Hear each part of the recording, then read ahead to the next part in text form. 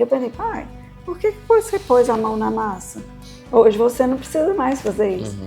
Ele falou assim, se você não fizer da sua maneira, você não ensina os outros a fazer. Isso é como você falou, eu me brilho os olhos, cuidar de gente. Contador faz serviço de contador, advogado faz serviço de advogado, e aí dá certo. É gratificante ver tantas mulheres no agro, tantas, e fazendo trabalhos brilhantes na sucessão.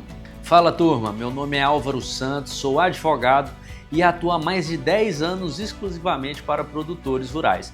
Sou sócio fundador da Álvaro Santos Advocacia de Precisão, autor do livro Holding Rural, com mestrado em Planejamento Patrimonial. Este é o nosso programa Histórias do Campo. E o nosso propósito aqui hoje é apresentar a trajetória de produtores e profissionais do agro de sucesso, as suas lutas, as suas conquistas nessa batalha permanente pela produção sustentável. Você pode assistir a nossa conversa pelo canal da Álvaro Santos Advocacia no YouTube ou, se preferir, pelo podcast Advocacia de Precisão no Spotify.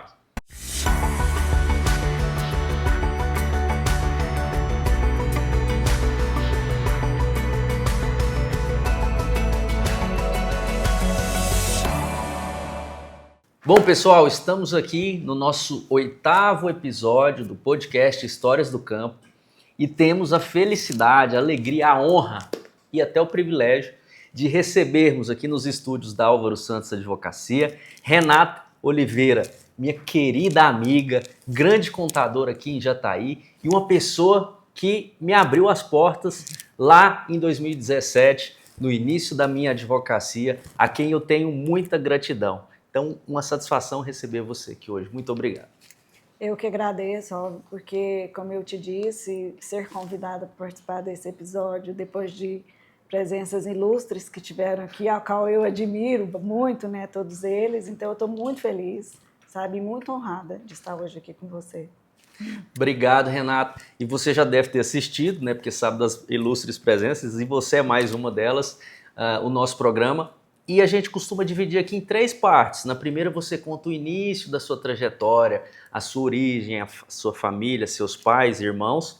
Na segunda etapa a gente quer saber sobre a Renata profissional, sobre a Unitec, sobre o que vocês têm construído ali, que é muito grandioso. E na terceira parte, na parte final, você vai nos contar a sua visão de futuro, a sua visão de legado da atividade contábil, de Jataí, Goiás, Brasil e do agro, porque a gente sabe que você é uma das grandes profissionais do nosso agronegócio. Mas então, Renata, nos conte como que foi a Renata criança, onde você nasceu, onde seus pais nasceram, de onde vieram, como que foi lá no início? Eu sou jataiense, nasci em Jataí, né, no antigo Hospital Regional. Meu pai é de Serranópolis, ali da região de Serranópolis, né, minha mãe Caçu. Família Freitas, Caçu, ali, Vasconcelos e Freitas, e meu pai é Oliveira, né, de Serranópolis.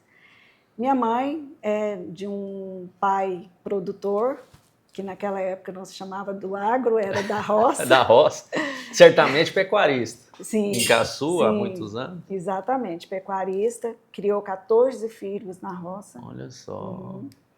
Eu tive a grata honra de participar um tempo da infância na roça. Conheceu seu avô materno? Claro, Bacana. Conheci meu avô, aprendi a andar de bicicleta na fazenda dele.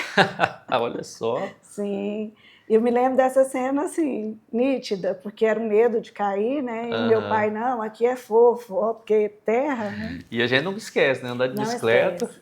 Na fazenda do meu avô tinha umas pé de manga gigante e nós estávamos sempre em cima. É uma família numerosa de primos, então a gente brincava muito, essa infância foi muito boa, muito mesmo. E meu pai da região de Serranópolis também foi da roça, né? A vida dele começou na roça, não como proprietário, mas ele era um trabalhador, né? Já roçou pastos, assim. Olha só, parecido com os meus avós também têm essa origem rurícola, mas nessa parte do trabalho rural. Sim. Bacana. E a história do meu pai, a minha história, é inspirada totalmente na história do meu pai. Porque o meu pai é a minha grande referência, o cara que me criou, porque a minha mãe foi embora muito cedo, né? Você perdeu sua mãe, você ainda era criança, Renata? 7 anos. 7 anos, acidente. Acidente. ficou meu irmão mais velho, eu e o caçula, que hoje também já não está mais aqui, né, Juninho.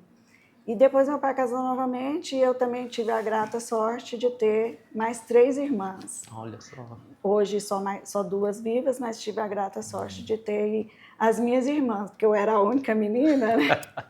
Até então. Então a gente tem uma família muito bacana, né? Muito unida e tal. Então meu pai ficando sozinho, ele falou, preciso criar esses meninos. E que desafio, hein, Renata? Sozinho, você tinha 7... O Ricardo 9 e o caçula 4. Olha só. E ele nessa época trabalhava já nas fazendas, prestando serviço, como que era? Então, a história do meu pai é muito bonita, porque ele teve a oportunidade de conhecer um senhor, que eu me recordo bem o nome, senhor Sandoval. Sandoval. Lá de Serranópolis ou de Jataí? Jataí. Jataí. Que trouxe ele para trabalhar nas obras. Esse senhor era um construtor e ele começou como pedreiro e tudo e foi subindo. Ele ensinou tudo para o meu pai. E aí, de repente, quando eu nasci, o meu pai já era um construtor renomado na cidade. Entendi. Sabe? Assim, ele já fazia obras para vários médicos, várias pessoas na cidade, casas lindíssimas. Mas só na cidade que ele construía? Calma. Aí... A minha história tem uma história muito bonita com a cidade, né? Porque quando os primeiros sulistas começaram a chegar aqui na região, aí meu pai já tinha adquirido um pedacinho de terra, ali pertinho, do lado, vizinho do seu Aristão Quirino. Perto do seu Aristão, na Ponte Pedra, região da Ponte vizinho. Pedra. Olha. E nesse momento começou a chegar, e o primeiro contato nosso com o pessoal do Sul foi com Vicente Mantelli. Deus, 2 convidados aqui no nosso podcast. Por isso que eu disse, pessoas ao qual Vicente tem enorme gratidão por ele, inclusive. E aí meu pai começou a construir para essa turma, nas fazendas. Porque, como diz a história deles mesmo, eles moraram em barracos de lona, mas depois começaram a construir. Então, lá no Vicente até hoje, aquela casa principal e algumas outras foram construídas pelo meu pai. Olha só, eles saíram do barraco de lona, foram para as sedes e quem estava lá ajudando a construir foi seu pai. Meu pai. Coisa. Ele participou então dessa mudança social aqui de Jataí. Aprendeu a tomar chimarrão. Tomou até chimarrão. Me ensinou a tomar chimarrão. E tomava todos os dias, sabe? E era um cafezeiro, porque ele tomava muito café, então assim... meio goiano, meio gaúcho. Goiano, meio gaúcho. E a gente foi abraçado, assim, pela família sulista, sabe? Hoje na cidade tem casas muito bonitas, grandes, que meu pai fez antes de falecer, né? Hoje ele é falecido. E são pessoas que eu encontro, alguns são os meus clientes hoje, né? E que sempre falam muito bem do meu pai. Eu tenho muito orgulho disso. Mas o que é importante saber da minha história e do meu pai? Com a perca da minha mãe, meu pai ele sentiu uma necessidade de educar a gente para a vida. Ele tinha muito receio de que ele faltasse e a gente não estivesse preparado para a vida. Embora o Ricardo, que você conhece bem, vai dizer que eu era a menininha do papai, que ele puxava... O Ricardo fala isso mesmo. Eu estava falando isso lá no leilão do seu Ariston. Então, mas assim, realmente, eu não vou me queixar. Mas ele queria me ensinar a trabalhar. Entendi. Então, assim, eu comecei a trabalhar com 12 anos de idade. 12 anos. No despachante da Iria. Olha só, que coisa. Quem conhece a Iria... Todo mundo conhece a Iria aqui. Renata, então, o primeiro emprego foi ali auxiliar da despachante. Exatamente. No período da tarde, porque de manhã eu estudava, né? E isso foi sempre ali uma preocupação do seu pai de você ter a sua autonomia, a sua independência, né? Ter o seu próprio trabalho. Exatamente. E a família, principalmente a família da minha mãe, que tinha inúmeras mulheres, né, jovens como eu, admirava essa postura do meu pai, porque achava que ele tinha um pensamento à frente, né? Porque ainda era uma geração que as mulheres ficavam mais em casa. E ele não queria isso para mim. Ele sempre dizia, estudo e trabalho é o que eu quero para sua vida. Olha que visionário. Né? Antes mesmo desse debate que hoje é tão presente, ele já tinha essa visão da importância da mulher trabalhar, né? Não ficar ali só dependendo do trabalho do marido ou só cuidando das lides domésticas, né? E Renata, Depois desse primeiro trabalho ali com a Iria, qual que foi ali o próximo passo Então, nos estudos e na sua carreira? O meu pai, ele me ensinou a dirigir também muito cedo, né?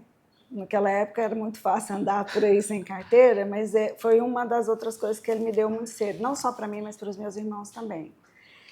E quando a gente teve essa fase de despachante, Detran, já trabalhei no Detran. No Detran, né? Também. Eu recebi um convite aos 16 anos de idade para tomar conta de um escritório de despachante. Para gerenciar. Sim. Até então você foi auxiliar, foi para o Detran e depois foi gerenciar o escritório de despachante. Isso. E aí foi um dilema, porque eu estava pronta para ir embora para Goiânia estudar. Eu tinha, na época, uma tia morava em Goiânia, meu pai tinha organizado tudo e eu fiquei naquele dilema, né? Porque eu já tinha aprendido a gostar do trabalho, não era só do estudo. Entendi. E aí foi o meu pai mesmo que, num momento de conversa com ele, sentado e conversado, e nós dois decidimos que então eu ficaria. Entendi. Mantendo os estudos, mas pleiteando ali o trabalho. Então, eu tomei conta por 1 ano e pouco de um escritório de despachante, mas aí eu tive meu primeiro contato com a contabilidade. Porque o despachante tinha ali uma relação próxima com a contabilidade? É porque eu recebi um convite para trabalhar na Javel, com um dos contadores mais importantes de Jataí, o Ney. Ney. E eu digo para você... Ele é pioneiro na contabilidade aqui. Pioneiro. Ele era sócio, é sócio ainda, da Javel, e o contador da empresa. Entendi. Aí estava começando a primeira mudança tecnológica, quando apareceu aqueles computadores gigantes que faziam o backup. E tinha horário para fazer isso. Nossa, eu nem imagino como que era. Mas eu sei que eu fiquei encantada com o convite, porque eu ia trabalhar só com ele, não tinha mais ninguém. Né? Eu tinha que ter um horário diferenciado, eles me escolheram por conta do horário da escola. E eu fui. Então, para a contabilidade da Javel? Da contabilidade da Javel. Eu trabalhei com o seu Ney na época de Telex ainda, sabe? Olha só. Coisa... E você ajudou ele nessa transição tecnológica? Ajudei. Ainda existiam os razonetes. Eu aprendi a fazer os razonetes. Eu estou lembrando da minha trajetória com o Dr. Ides. O Dr. Ides não sabia nem ligar o computador e eu tinha que ajudar a digitar as petições, a olhar os processos, e isso aconteceu contigo também no início da sua carreira. Que bacana. E, inclusive, a transição do Telex para o fax. Eu vivenciei isso com ele lá, sabe? Olha só. E eu sou também uma pessoa que eu admiro muito, que eu sou grata, porque eu falo que o que eu aprendi na contabilidade inicialmente ali, que foi onde eu fiz a escolha do meu curso, né, da faculdade. Você ainda não tinha sido decidido, mas aí trabalhando, tendo na prática, apontou para a contabilidade. Exatamente. Eu estava fazendo o primeiro ano técnico de contabilidade no Nestório. Mas eu confesso que eu não gostei muito. Parte teórica, né, mais técnica. Então, eu já tinha mudado o curso, voltado para o tradicional. Então, foi trabalhando com ele que despertou aí uma vontade, um gosto pela contabilidade.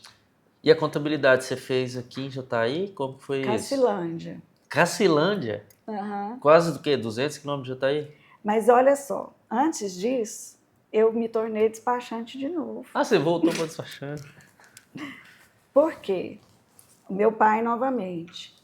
Meu pai, como eu tinha gerenciado um escritório sozinha praticamente por um tempo, ele teve a ideia de que eu poderia ser despachante sozinha. Foi empreender. Ele sugeriu montar um escritório para mim. Então, eu já estava ali com os meus 16 para 17 anos, eu não podia, na época, assinar, porque tinha que ser maior de 18 anos. Então, a minha tia... uma pessoa também muito importante na minha vida, irmã da minha mãe. Qual o nome dela? Essa. Foi para Goiânia comigo, ficamos 30 dias fazendo os treinamentos, porque ela tinha que fazer o treinamento para ser a responsável, né, técnica ali pelo escritório. Ela assumiu isso e eu abri meu primeiro escritório sozinha. Olha só, despachante. Despachante. Entendi. Continuei estudando. Aquele compromisso ali com a escola, exigência do meu pai, mas eu também gostava. Eu não Sempre tinha, gostou de estudar? não tinha essa intenção. Para quem não sabe, fazendo um parênteses, a Renata, ela além de contadora, ela tem especialização em direito tributário, né? Então, quando eu a conheci, eu fiquei sabendo desse detalhe, me chamou muita atenção, mostra realmente que você sempre gostou de estudar. Fecha o parênteses. E aí, nesse momento que eu fui despachante, foi quando eu comecei a namorar, né? Tem um detalhe muito importante, nunca fui muito namoradeira. Não, você foi recatada. Fui mais quieta, gostava muito de sair, passear, né? A gente teve também uma adolescência muito boa, porque foi quando a gente teve ali, junto com o pessoal dos Mantelli, ali dos Zanussi. Turma animada, né? Eles quase não gostam de festa. O Cláudio, o Gorgen. Então, a gente tinha uma turminha muito boa naquela época, né? E tudo muito saudável. E então a gente teve também uma parte aí da adolescência muito boa. E muito entrosado com o CTG. Entendi. Né? Já participando das coisas do CTG e tudo dançando mais. No CTG? Dançando. Seu pai tomava chimarrão, você estava ali dançando ali. Eu comecei a dançar depois que eu casei. Sabe? Eu não tinha muito tempo, né? Eu trabalhava o dia todo, estudava, então assim, não tinha muito tempo.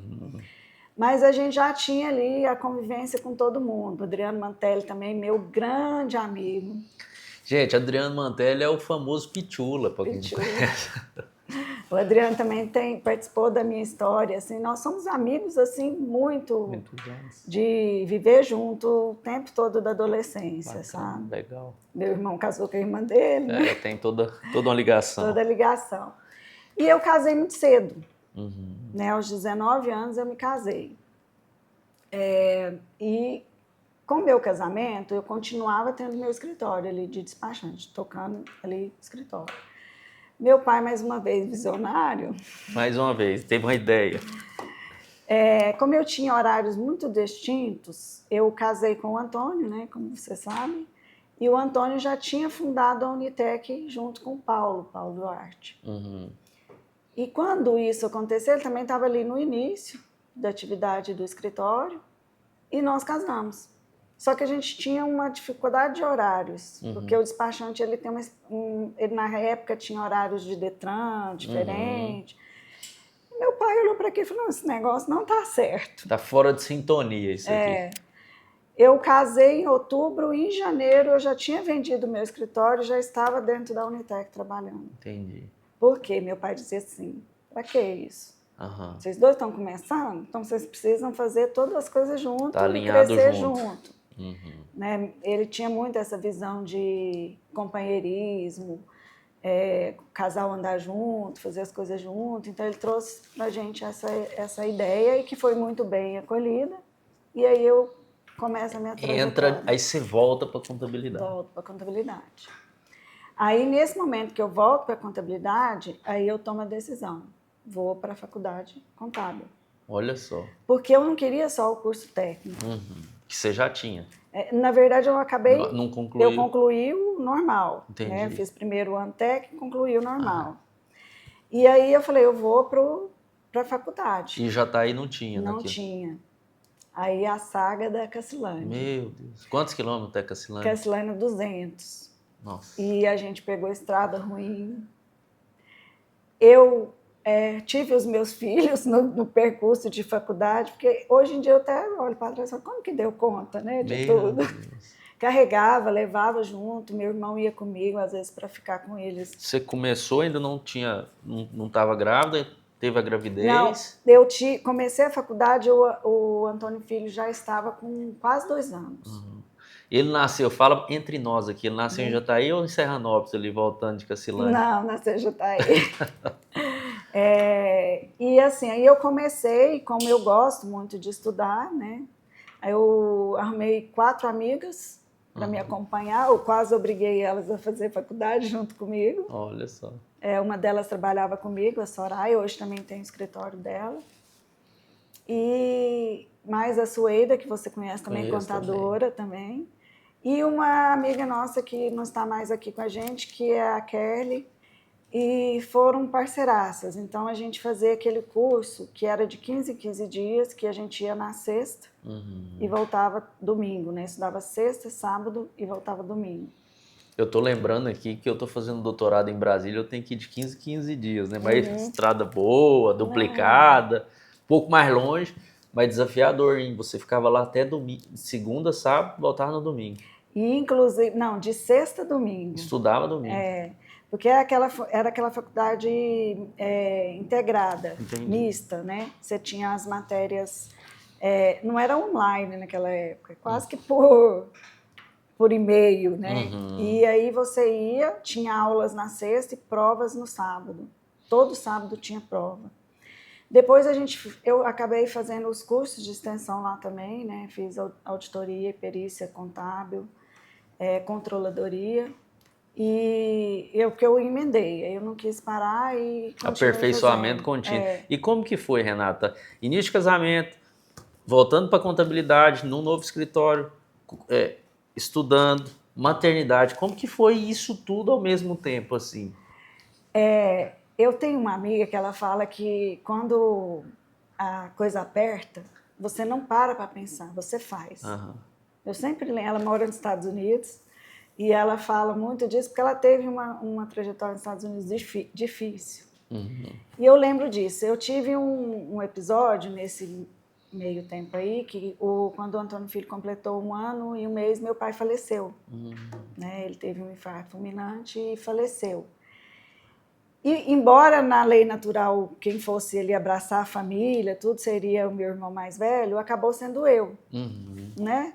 Eu acho que, assim, emocionalmente, estruturalmente, eu estava mais pronta ali e acabei tomando essa frente, cuidando de fazenda, né, do meu pai, essas coisas todas. E aí foi um grande divisor, porque nesse período, foi o período que o Antônio se distancia do escritório, né, porque ele precisa cuidar mais da atividade agrícola, do rural. Né, e aí, nesse período de fazenda, desde plantar gado e tirar leite, tudo aconteceu. Eu fiquei sabendo que você até tirou leite, tirava leite. E muito. De manhã, de tarde e de noite, 3 vezes no dia. Maria, haja energia. Então, aí a gente dividiu mais as tarefas, né? Eu realmente tive que me dedicar muito ao trabalho. Agora, se você me perguntar como que eu dei conta da faculdade, não, eu vou te responder. Se você perguntar para os meus filhos, eles te contam que eles dormiam no escritório. Olha só. E nessa época tinha babá ou não tinha? Não tinha. Não tinha esse hábito nesse Foram para a escola cedo, né? O Frederico também nasceu logo depois? Ainda estava nesse período de faculdade? O Frederico, eu já tinha concluído. Ele nasceu, eu estava inaugurando a nova sede do escritório, já. A primeira sede foi na onde? Na Dorival de Carvalho, onde tem hoje uma escola de informática. Ficaram lá há quantos anos, mais ou menos? A gente ficou de 93 a 98, final de 98. E a segunda sede é onde? É onde a gente está. Está situado hoje na Avenida Goiás. Na Avenida Goiás. 440. 440. Eu gravei o número lá, minha contabilidade, inclusive. Exatamente. Renata, e vejo que é um momento super desafiador, mas olhando agora mais na Renata profissional, na Renata já gerenciando o escritório contábil, né? Porque vocês tinham também a parte rural naquele momento. Quando é que você olha para o agro, olha para o produtor e direciona a contabilidade? Isso foi desde o início ou foi algo que aconteceu no meio do caminho? Como que foi? Aconteceu, porque assim, no início a gente tinha serviços diversos. Atendia pessoa jurídica, empresa na cidade, produtores? Supermercado. Farmácia? Farmácia. Supermercado me marcou muito, porque era muito difícil a contabilidade de supermercado, então assim, me marcou muito. Empresas no geral. A gente atendia lojas, a gente fez contabilidade de loja, de roupa, né, essas coisas assim, era aquela coisa. Só que assim, a gente, por trabalhar no agro, viver a experiência do agro... Tem uma origem no agro também, né? Desde os avós. E também por enxergar, a gente não pode dizer que a gente não enxerga as oportunidades, né? Já ali começou um movimento das primeiras fiscalizações da Receita para o produtor rural direto. Olha só. Que está acontecendo hoje com mais frequência. Mais frequência. Eu falo que existia um divisor de águas lá atrás e agora está tendo outro. Então, naquele momento, a gente começou a ter uma procura grande para atender notificação da Receita Federal. Algumas eu lembro até hoje. O que era mais? Imposto de renda, ITR? Imposto de renda. Imposto de renda bem mais que o ITR. Imposto de renda e realmente a fiscalização ali dos documentos e toda a questão de sonegação.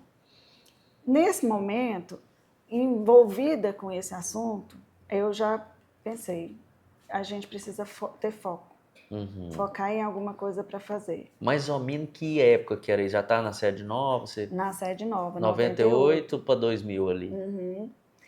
E assim, quando a gente foi para a sede nova, a gente foi com pouco cliente. A gente, inclusive, construiu um prédio de 2 andares e ocupou só embaixo ali, né?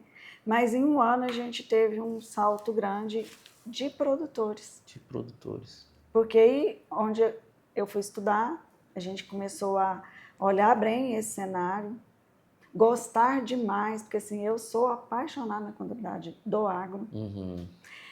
Uma porta de entrada também muito grande foi o departamento pessoal, que aí foi um momento de fiscalização também. Ali em 91, 92 que muda a questão do fundo rural, né? Se era sobre a folha, passou a ser sobre a venda. Houve ali uma dinâmica também nas obrigações acessórias. Sim. Acredito que vocês devam ter demandas ali relacionadas à folha e à tributação sobre a folha. E foi anos de muita demanda trabalhista. A gente começou a ter procura também muito pela questão trabalhista. De formalizar os contratos? De formalizar, porque tinha muita informalidade, muita. E aí começou nisso. Eu lembro que, inclusive, eu fui para São Paulo, um dos meus primeiros cursos em São Paulo foi para fazer um curso de gestão em pessoas, porque sempre, esse é um detalhe importante, eu acho que eu sempre percebi que para eu exercer bem o meu trabalho contábil, eu tinha que entender mais da prática na realidade. Então eu quis entender como gerir pessoas. E a gente tem uma comunicação mais assertiva com o produtor no que era gestão de pessoas.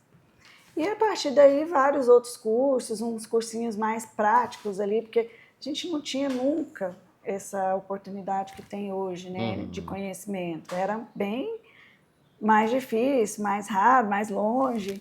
Mas a gente lia muito também, tinha vários livros, e eu comecei a estudar muito sobre gestão de pessoas. Pensando no meu negócio também, né? Porque eu achava que era importante. Em 98 para 2000 eu já estava com em torno de 8 a 10 funcionários, eu acredito. E todos eram geridos diretamente por mim. E você sempre gostou muito dessa parte de gestão de pessoas, Gestão né? de pessoas. Desde quando eu te conheci até hoje, eu sempre vi ali uma preocupação genuína com os colaboradores, com a equipe, né? É uma verdadeira família ali que vocês vão desenvolvendo, as festas para envolver os colaboradores, né? As amizades que são feitas. Então, isso talvez não, certeza, foi um dos grandes diferenciais da Unitec, né? Para reter os melhores profissionais. Sim, eu acredito muito nisso.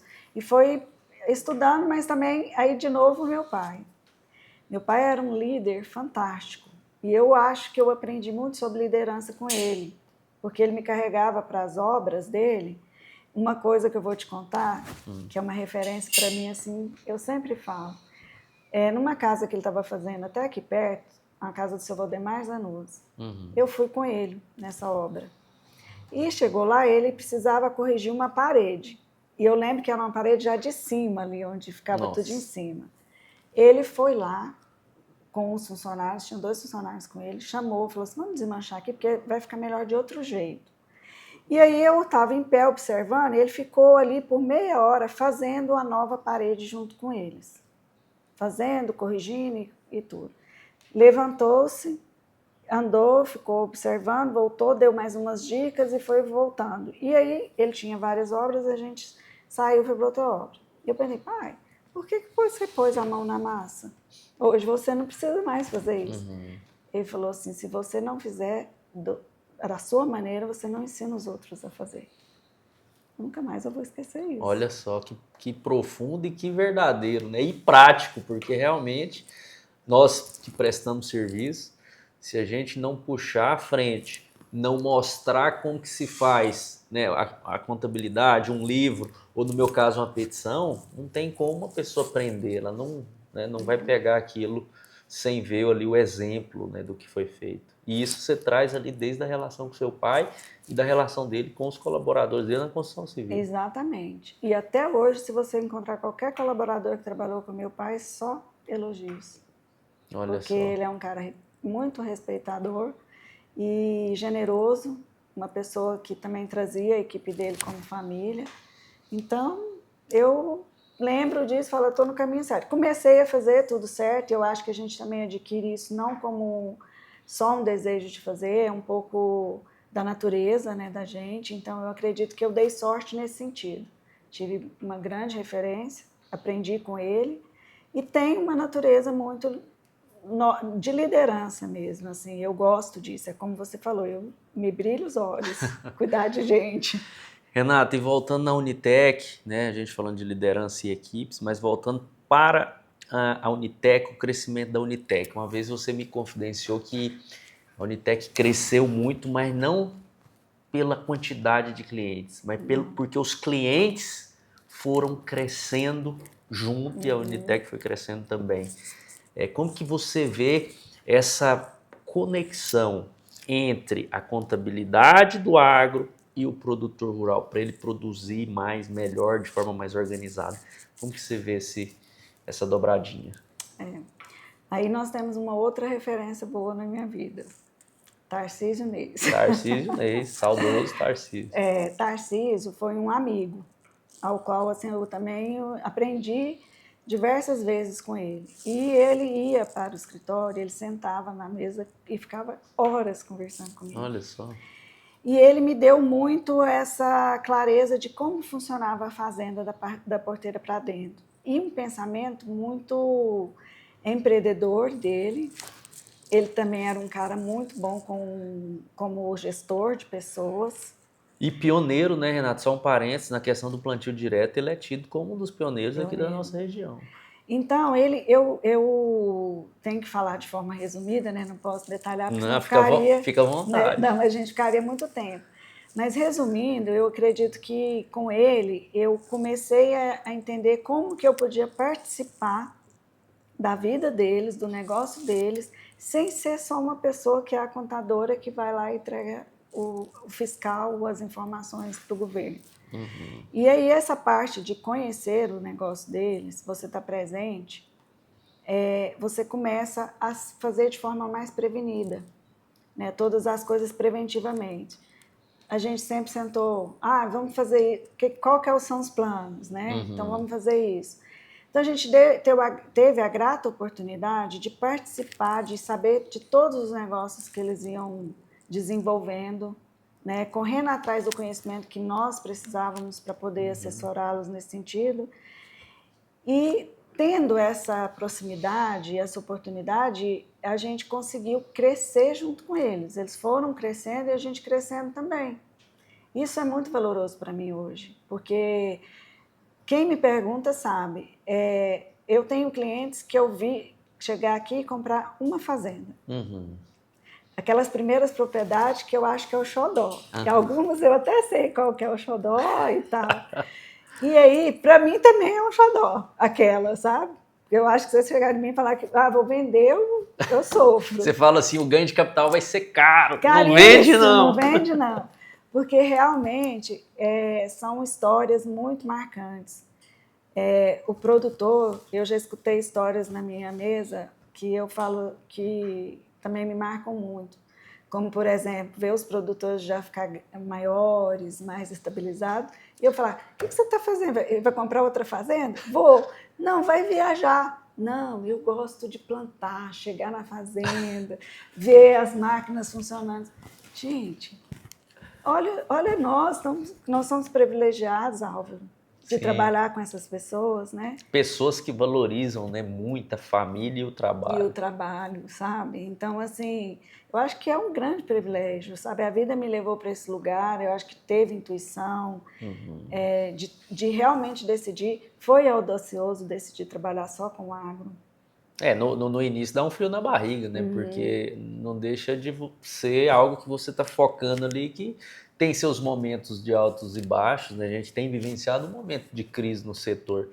Mas são esses princípios que você falou, né? Família e trabalho, que eles trazem, que você tem, que você carrega desde o seu pai, desde a sua mãe, com seus irmãos, e que fazem ser assim tão importantes a gente estar ali junto, conhecendo o negócio para entregar uma solução, no seu caso contábil, no meu caso jurídico, uma solução que vai agregar valor e aquele negócio vai prosperar, aquela família vai crescer, o patrimônio aumenta e isso é que nos dá satisfação. Exatamente. É aí que a gente realiza o nosso propósito e é muito gratificante ver um negócio como a Unitec na parte contábil crescer tanto porque os clientes estão crescendo.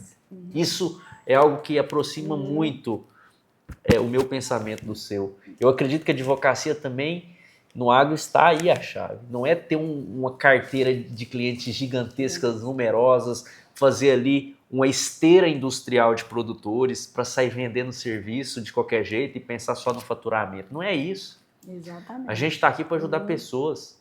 A gente está aqui para somar essas pessoas prosperarem e a gente crescer juntos, né? E aí, de novo, eu acho que eu estive sempre no lugar que eu mais gosto, porque eu gosto de gente, eu gosto de pessoas.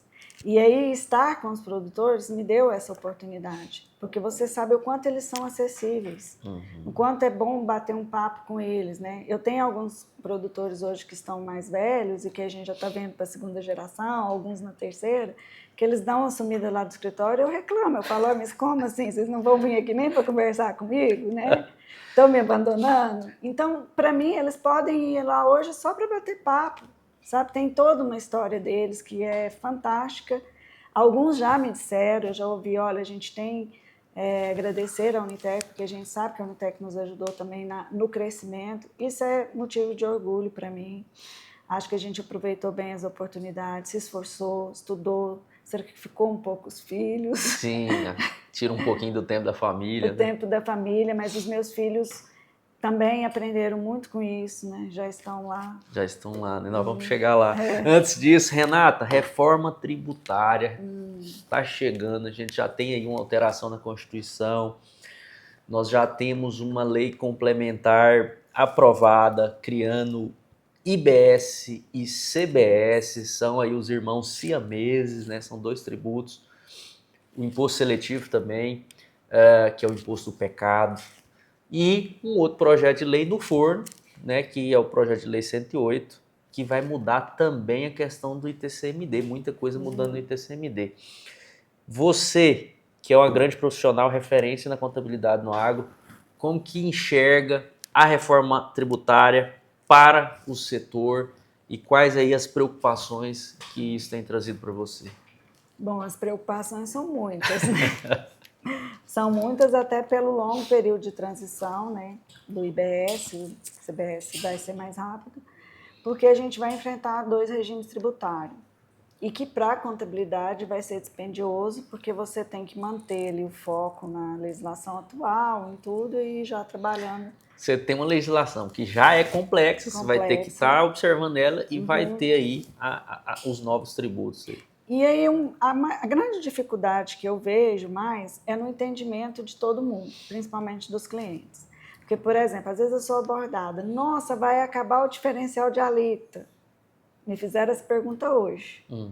Eu falei, mas daqui 7 anos. Não é, porque todo mundo, não é amanhã. Aquilo que dói mais no bolso é a primeira coisa que as pessoas pensam, né? Não é amanhã. Então, assim, é um enfrentamento, é muito esclarecimento. Infelizmente, também, tem muitos aventureiros falando muito sobre o assunto e, às vezes, a gente percebe que isso aflige os clientes, eles também te ligam. Eu tenho um cliente que me liga e fala assim, as holds vão acabar? Eu vi, não sei aonde que vai acabar a hold. Eu falo, calma. Respira. Respira. Então, assim, o grande desafio agora está sendo de trazer informação para o cliente de uma maneira que não deixe eles tão ansiosos como já estão. Né? Tem muitas notícias, eles estão... Tem razão de estar também, né? Porque vai ser um enfrentamento difícil. Nós já falamos, 2026 é um ano teste, então eu acho que também dá para dar uma acalmada, né, para esperar aí normatizar, a Receita trazer as normativas, para a gente poder realmente trabalhar com tranquilidade. Mas qual que é a minha principal preocupação em relação à mudança? O agroprodutor, principalmente pessoa física, ele sempre teve um regime tributário diferenciado. E, querendo ou não, sempre beneficiou um planejamento tributário eficiente. Não sonegação, mas um planejamento tributário eficiente. Esse planejamento que eles estão acostumados, ele não vai ser mais da mesma maneira. Eu tenho confiança, convicção que o planejamento vai continuar. A gente vai estudar, vai ter entendimento, as nossas parcerias vão se conversar e a gente vai continuar planejando, mas não com a facilidade que a gente tem hoje na legislação. Vai ser mais cuidado, a gente tem que conscientizar os produtores que vai haver pagamento de tributos. A reforma vem para aumentar tributos para alguns setores, diminuir para outros. E nitidamente o agro é um dos setores, a área imobiliária é outro dos setores, a área de serviço, que é a contabilidade e a advocacia é um outro setor que são os três principais ali que vão pagar a conta para amenizar, por exemplo, o setor industrial. Mas é o que você falou, tem muita coisa ainda para sair, para ser publicado, falta um projeto de lei, tem as normativas, não dá para entrar em pânico, mas também... acredito que não seja um momento de você ignorar que as coisas não vão mudar. Você precisa começar a se preparar. Sim. A Unitec, nós já estamos a todo vapor fazendo os cursos, né? Neste momento, pegando uma parte mais geral.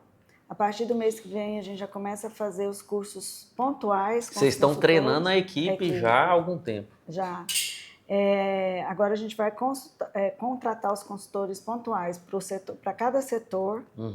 Eu tomei uma decisão que vou treinar todos.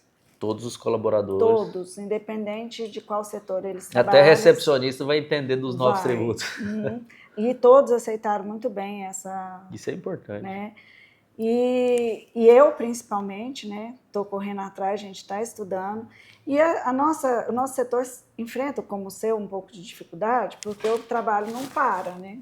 Nunca, né? Nunca. Então, e os produtores estão no olho do furacão, né? Problema toda hora. E eles também têm um movimento constante, a gente tem forte, né? A gente tem clientes que estão crescendo, continuam em crescimento, apesar da crise, O agro é muito trabalhador, né? Dinâmico, né? Pujante. Então, assim, tem a crise, mas eles vão lá, eles são guerreiros. Então, a gente tem que estar junto com eles nessa luta. Essa empreitada. Então, não dá para deixar esse de lado.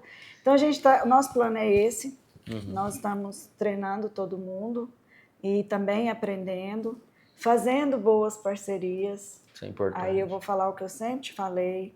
Contador faz serviço de contador, advogado faz serviço de advogado. E aí dá certo. Dá certo, funciona. Funciona, não pode... Um querer fazer o serviço do outro.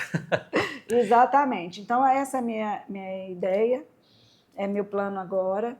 E tentar chegar em janeiro com a parte estrutural e cadastral dos clientes todas organizadas. Já com olho nessa transição. Com olho nisso. Revisão de contratos, né? Algo que a gente precisa fazer. Renata, você falou de treinar toda a equipe. Hoje a Unitec são quantas pessoas? 51. 51. Eu acredito que seja o maior escritório aqui da nossa cidade, talvez da região. E eu queria, Renata, agora já caminhando para a parte final, de você falar sobre esse trabalho na Unitec, que é um trabalho em família, né? Eu sei que a Bia, sua irmã, trabalha com você há quantos anos já? 22. 22, né? Eu acredito que seja seu braço direito. E agora também o Antônio Filho, o Frederico estão entrando. Como que é essa dinâmica e qual que é a importância dessa empresa familiar nesse momento de transição aí da reforma tributária? Importantíssimo. Não só pela transição, mas também pela sucessão que os nossos clientes estão passando. Porque a gente tem essa identificação. Né? Eles também estão passando pela as mesmas Estão dores. trocando o bastão, passando o bastão. E assim, é desafiador. Uhum. No meu caso, com os meus 2 filhos, o Frederico, você sabe, recentemente pegou a carteirinha dele da UAB, seu mais novo colega. Colega advogado, doutor Frederico. Mas, né, como a gente fala, nosso foco é contábil, ele não vai advogar. Né, a gente continua mantendo as parcerias e nós vamos focar ali. Ele vai contribuir porque a gente sabe uma coisa muito importante na contabilidade: o contador tem que entender da parte jurídica. Ele tem que saber interpretar um artigo, uma lei, porque senão não faz bem o trabalho dele. Ele talvez não vai exercer ali a profissão, mas ele tem que entender tem o que está dentro noções, da... Né, por isso eu fiz direito tributário. Exato. Né? E numa época que nenhum contador fazia, eu fiz. A contabilidade, ela tem regras, né? Então, você ter noções jurídicas ali para interpretar essas regras é fundamental para você entregar aquela contabilidade gerencial e também a contabilidade fiscal. Sim. Né? Porque se você descumpre ali uma obrigação acessória, você está sujeito a penalidades, o cliente está sujeito a penalidades. Mas é interessante quando você fala, o produtor está passando o bastão. Né? Então a gente também vivencia nas nossas empresas o dilema da sucessão.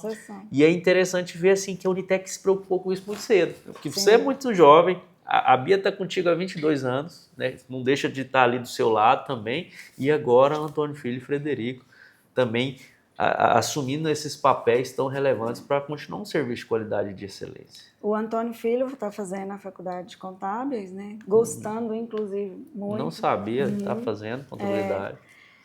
Grudado em mim, sentado 24 horas do lado da minha mesa para absorver tudo que ele pode. Já tem me ajudado bastante também, sabe? Você sabe que foi assim que eu aprendi a peticionar com o Dr. Ides, né? Eu sentado do lado e fui aprendendo. Então ele com certeza vai ser um grande contador. Ele está fazendo isso, ele não sai de perto de mim.